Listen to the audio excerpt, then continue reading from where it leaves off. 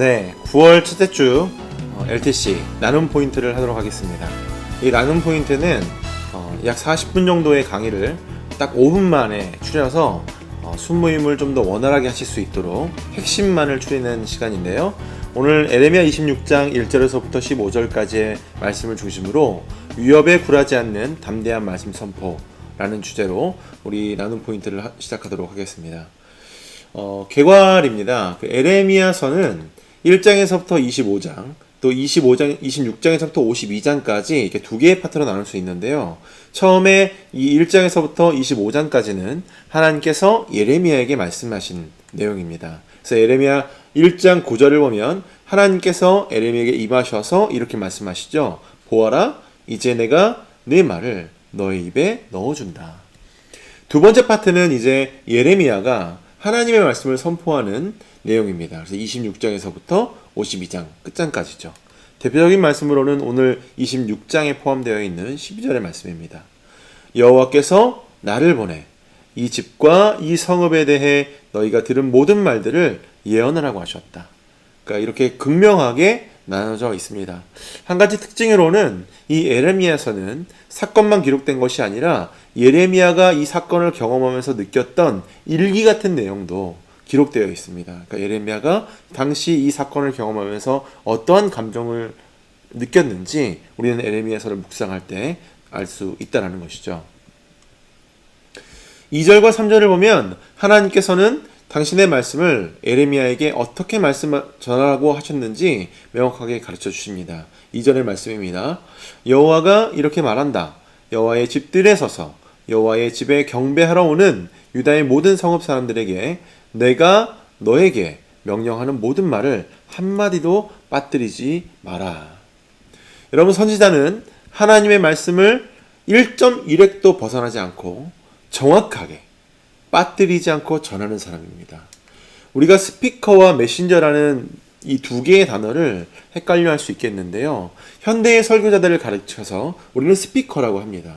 근데 이 동시에 이 스피커라는 단어는 세상에서는 강연자, 강사 이렇게 얘기를 하죠. 발제자. 그러나 선지자는요, 스피커가 아닙니다. 자신의 생각이나 의견이나 주장을 하는 사람은 선지자가 아닌 것이죠. 선지자는 오히려 메신저입니다. 전달자란 얘기죠. 그래서 선지자는 하나님의 말씀을 그대로 전달하고 동일하게 반복하는 사람이 선지자라는 것을 오늘 하나님께서 직접 예레미야에게 가르치시고 계신다는 것입니다. 여러분, 선지자로서 우리는 무엇을 해야 할까요? 선지자로서 하나님의 말씀을 전하는 것에 있어서 어떻게 하면 그 말씀을 더 잘 전할 수 있는지, 우리의 사명을 더 잘 감당할 수 있는지는 우리의 늘 가장 중요한 질문인 것 같습니다. 저는 그 질문에 대한 대답을요, 베드로를 통해서 찾아봤는데요. 베드로후서 3장 7절과 8절을 보면 베드로는 이렇게 말하고 있습니다.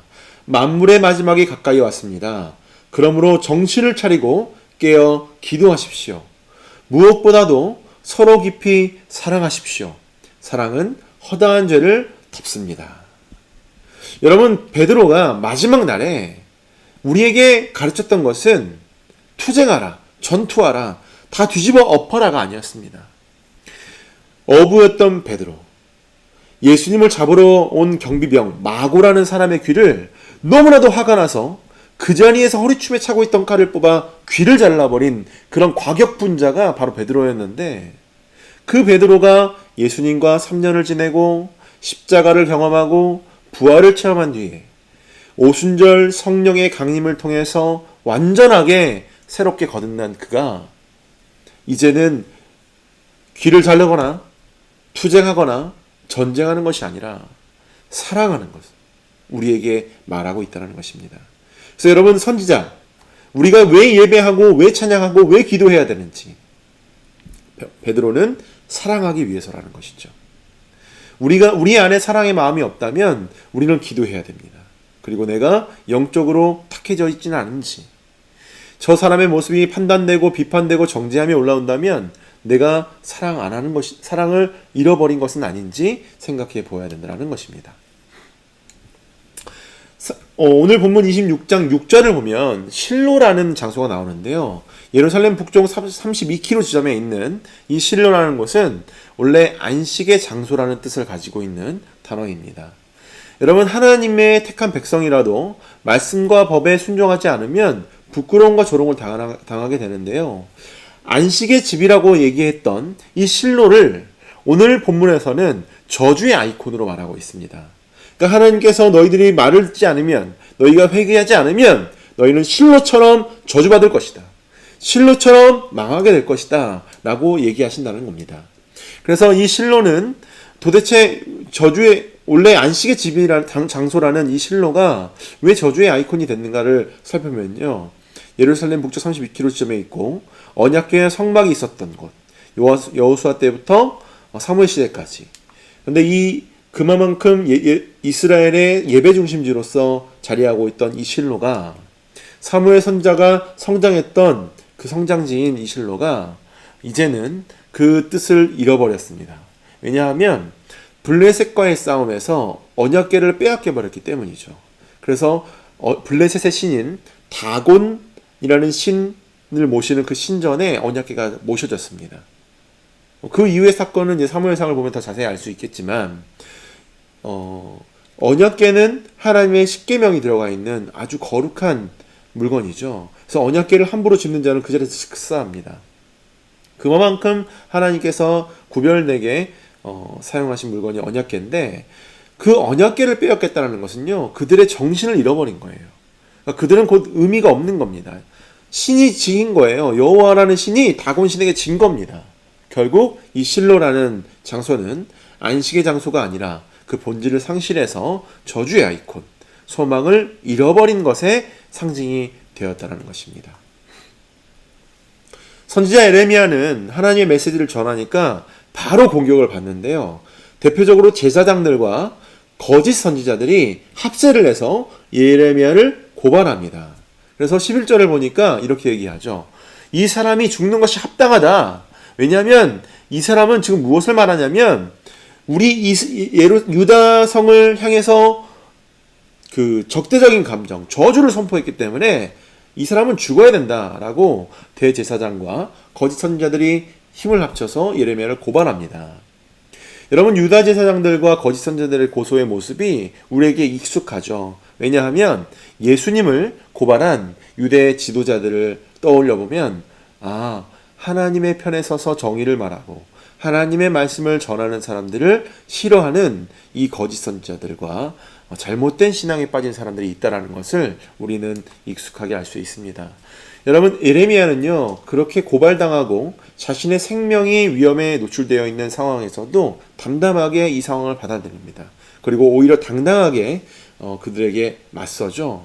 왜냐하면 그가 자신의 그 모든 상황을 통해서 자신의 과거의 그 처참했던 삶이 바로 이때를 위해서 훈련받은 기간이었다라고 결론 내리기 때문입니다.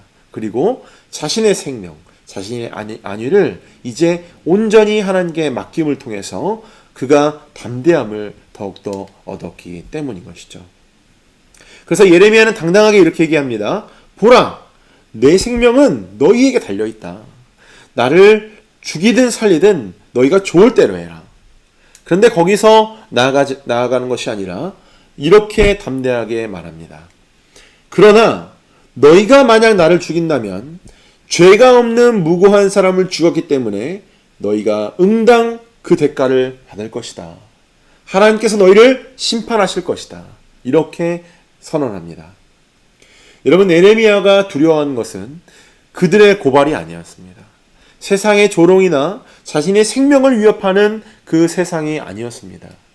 선지자가 두려워해야 될 대상은 마태복음 10장 28절에 나와 있는 말씀처럼 육체는 죽여도 영혼을 죽일 수 없는 사람들, 세상을 두려워하는 것이 아니라 오직 영혼과 육체를 한꺼번에 지옥에 던져 멸망시킬 수 있는 하나님을 두려웠기 때문이라는 것을 우리는 그 예레미야의 당당함을 통해 깨달을 수 있다는 것이죠.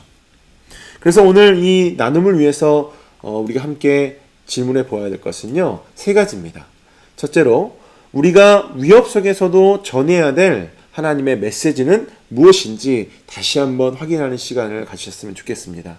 그래서 이렇게 한 번씩 정리를 하는 것을 통해서 또 다른 사람은 이 하나님의 메시지가 무엇인가 라고 말하는 것을 들음으로써 우리가 복음 전도의 기회가 있을 때 좀 더 명확하고 또 바르게 전할 수 있는 훈련이 되기 때문에 1번의 질문을 나눠보셨으면 좋겠고요. 두 번째로 우리 현대의 한국교회가 과거에 좀 안 좋은 일들로 인해서 또 목회자들의 잘못과 그리스도인들의 잘못된 삶으로 인해서 어려움에 빠졌습니다. 또한 코로나19의 위기 때문에 또 교회의 사회적 책임을 묻고 있는데요. 그렇게 잃어버린 신뢰를 회복하기 위해서 우리가 회개해야 될 것이 무엇인지 한번 나눠보셨으면 좋겠습니다. 또 돌아봐야 될 것은 무엇인지 좀 더 정비해서 좀 더 고쳐서 애써야 될 것은 무엇인지 앞으로 우리는 어떻게 해야 되는 것인지를 한번 나눠보시면 그러면서 우리가 같이 회개하는 기도 또 우리 한국교회를 위해서 중보하는 시간을 가지시면 좋을 것 같습니다. 마지막으로 우리가 감당해야 될 선지자적 사명은 무엇일까? 또 나아가 내가 감당해야 할 선지자적 사명은 무엇일까? 바울은 고린도후서 13장을 통해서 여러 가지 은사를 나열했습니다. 그래서 12장과 13장을 통해서 근데 거기서 이제 여러 가지 가르치는 은사, 뭐 하는 은사, 무슨 은사 나오는데 크게 본다면 선지자적 사명은 하나이지만 개개인별로 본다면 이 사람은 이 모양으로 저 사람은 저 모양으로 쓰임 받는다라는 것이죠. 그래서 크게 공동체와 교회의 사명은 무엇일까? 그것이 어렵다면 하나님께서 나에게 원하시는 것은 무엇일까? 함께 생각해보는 시간을 가지셨으면 좋겠습니다. 그래서 여기까지 우리가 함께 나누시고 순장님이나 또 다른 대표자의 인도하에 대표로 기도하시고 순모임을 마치시면 되겠습니다. 감사합니다.